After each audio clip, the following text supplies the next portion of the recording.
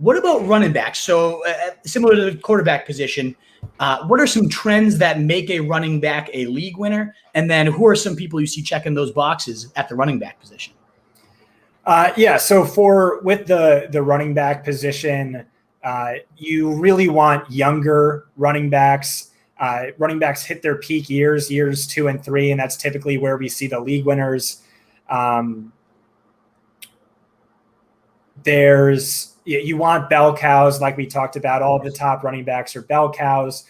Coach speak, I'd be careful not to dismiss coach speak. There's a lot of cases where, the coaches came out and told us, hey, this guy's going to smash, and then they smashed. Very volume dependent position.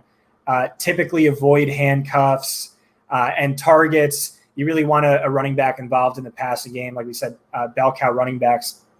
So for this article, because I'm going to do the bell cow report, I just excluded the rounds 1 and 4 running backs. But by doing that, I exclude all of my favorite running backs, because if you want a league winning running back, and by the way, league winners are predominantly running backs. That's the position that's typically going to decide whether or not you win or lose your championship.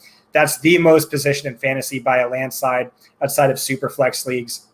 And those running backs are typically only found in the first 3 rounds of the draft. So excluded rounds 1 through 4. I wrote up Travis Etienne, Javonte Williams, Myles Gaskin, Mike Davis, Michael Carter, and then the San Francisco running backs, and then a few handcuffs. And I like some of those a little more than the others. Do you have a personal favorite of that? I like every single one. I have all of them above ADP right now, including both San Fran guys. I'm not sure exactly which one I want. I'm with you on all those names. Is there one particular one you're like, that's my guy, no matter what, I got to go get him? Yeah, I will say I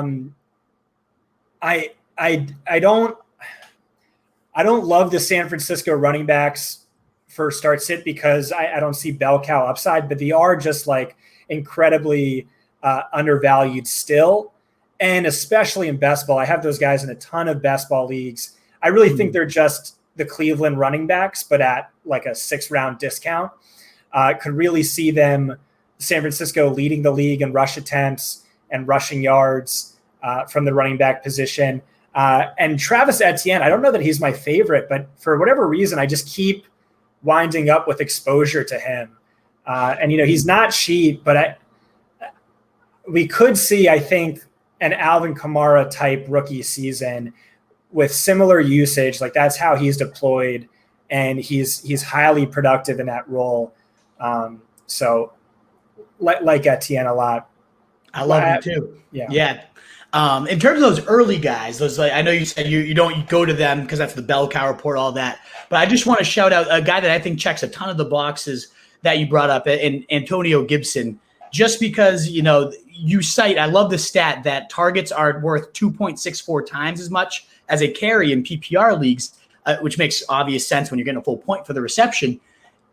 The fact that this guy was a converted receiver yet continued to get taken off the field for J.D. McKissic on receiving downs seemed a little counterintuitive, but yet we saw him perform quite well, especially as he got more and more comfortable down the stretch as a running back.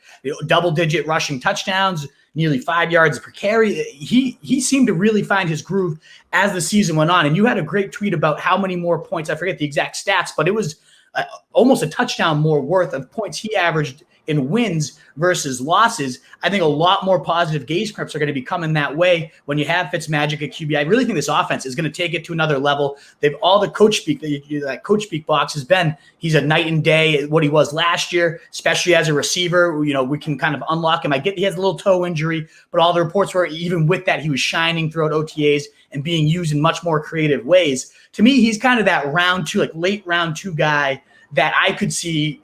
Scott Turner, the offensive coordinator, the Christian McCaffrey season, sure it was Nerve Turner, but he was learning under him there. If anybody emerged as a C-Mac type of monster out of all those sophomores going in that late round, DeAndre Swift and J.K. Dobbins and all them, give me Antonio Gibson all day. I think he could absolutely smash. Do you have a personal favorite of those year 2 to 3 running backs? I mean, that one's tricky just because there's so many to like, although we lost Cam Akers, sadly. But yeah, the Gibson argument is so easy. The guy was a wide receiver in college. This is his first time playing the position. And what did he do 800 yards, 11 touchdowns in 14 games, and not much as a receiver. And now, like, imagine, okay, you unleash this guy who was a wide receiver in college as like in that McKissick role, who, by the way, McKissick had like 120 targets. He was basically used like a wide receiver, and it just, the sky's the limit. And we know Scott Turner, he likes that bell cow workload. He likes the Christian McCaffrey type because it creates so many mismatches in the offense. Last year when you were lining up Gibson, they're like, okay, it's a run. You put in McKissick, okay, it's a pass. But he likes to keep defenses on their toes, where it's, oh, now we're splitting Gibson out wide.